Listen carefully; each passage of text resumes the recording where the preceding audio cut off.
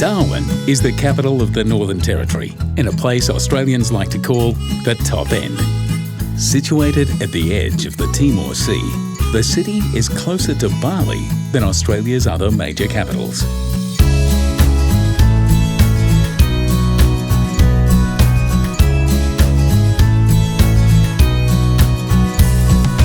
Traditionally the home of the Larrakia people, Darwin was settled by Europeans in 1869. The city's isolation has meant that its population has always been low, and that's just the way the locals like it. Darwin is very much a gateway city.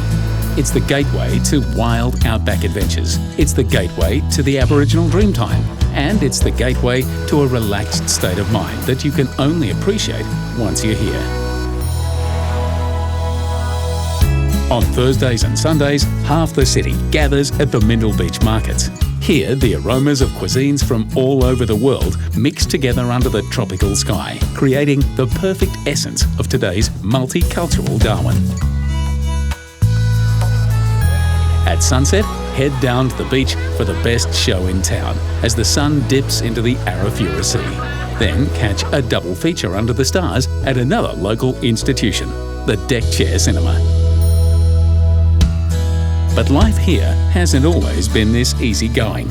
During the Second World War, Japanese warplanes dropped more bombs on Darwin than on Pearl Harbor. You can learn more about those dark days and about the city's ongoing military significance at the Defence of Darwin Experience and the Australian Aviation Heritage Centre. At the Darwin Museum and Art Gallery, learn how Darwin was tragically flattened again in 1974, this time by Mother Nature. The museum and art gallery is also the perfect introduction into local cultures and the territory's unique natural environment. While you're here, say hello to Sweetheart, a rogue croc that developed a taste for small aluminium boats before he was finally caught. Sweetheart's much quieter these days, but you can still experience the awesome power of Australia's salt and freshwater crocs at Crocodilus Park. Just a 15-minute drive from Darwin, the park is home to over 1,000 crocs, from hatchlings to adults weighing over half a tonne.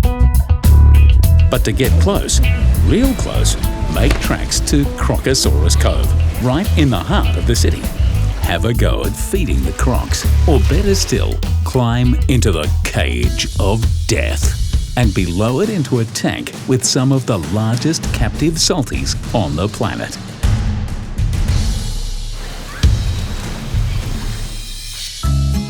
Of course, seeing crocs in captivity is just a little top-end taster.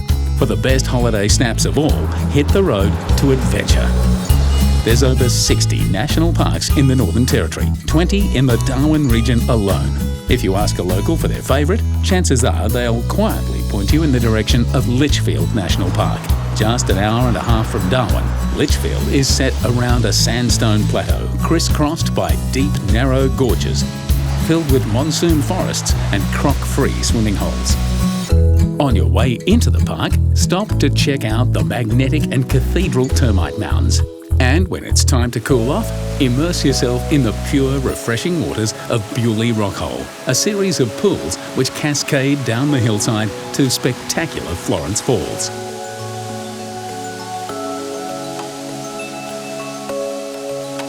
A little further into the park are Tolna and Wangi Falls. Step into the primordial waters and let your worries float away.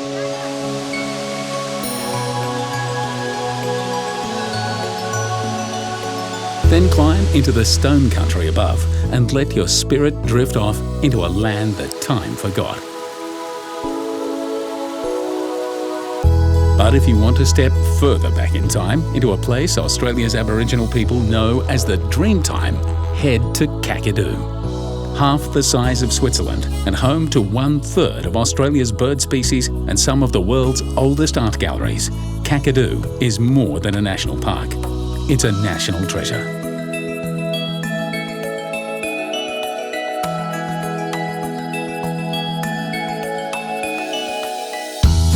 Whether you've explored the outback for a few days or a few months, there comes a time when everyone begins to long for the creature comforts of the city.